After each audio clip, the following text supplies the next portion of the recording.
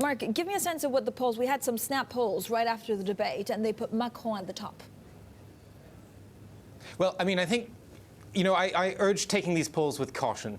They're snap polls. They don't necessarily encompass all voters. They're just people who watched. But what is important in this is that Macron came out, it's not that he won or he sort of won more, expanded his base or something about that, but he needed not to lose this debate. Remember, he went into this essentially as the front runner in a difficult position as the centrist, so getting attacked from all sides, expecting to be attacked from all sides, and he came out standing, and that's what matters. All right, there's still, 40% of French voters that are undecided. Is that true? And will they actually make their mind up with this debate and others coming up?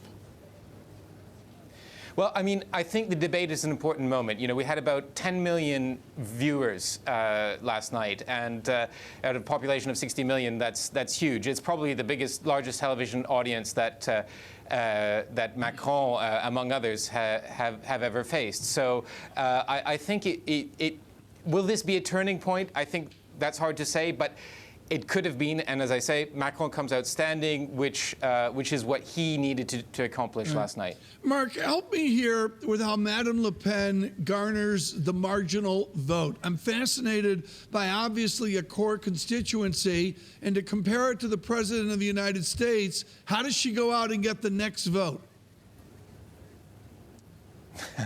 That's a good question. I mean, she's already essentially leading the polls. So, again, I think for Le Pen, if Le Pen would have had a major screw up, that would have mattered too. But, she was incredibly solid last night. Very blunt, very heavy statements.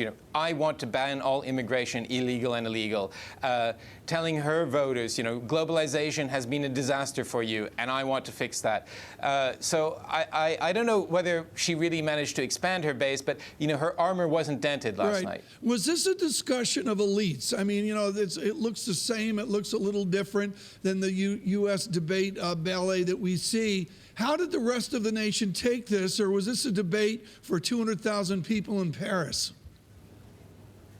Well, as I say, we had an audience of 10 million, which is the biggest television audience of 2017 in any case. It's huge.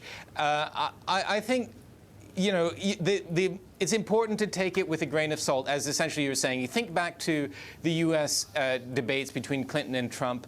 Clinton came out as victorious and as certain, the intelligentsia was loving it, but it didn't make any difference in the end.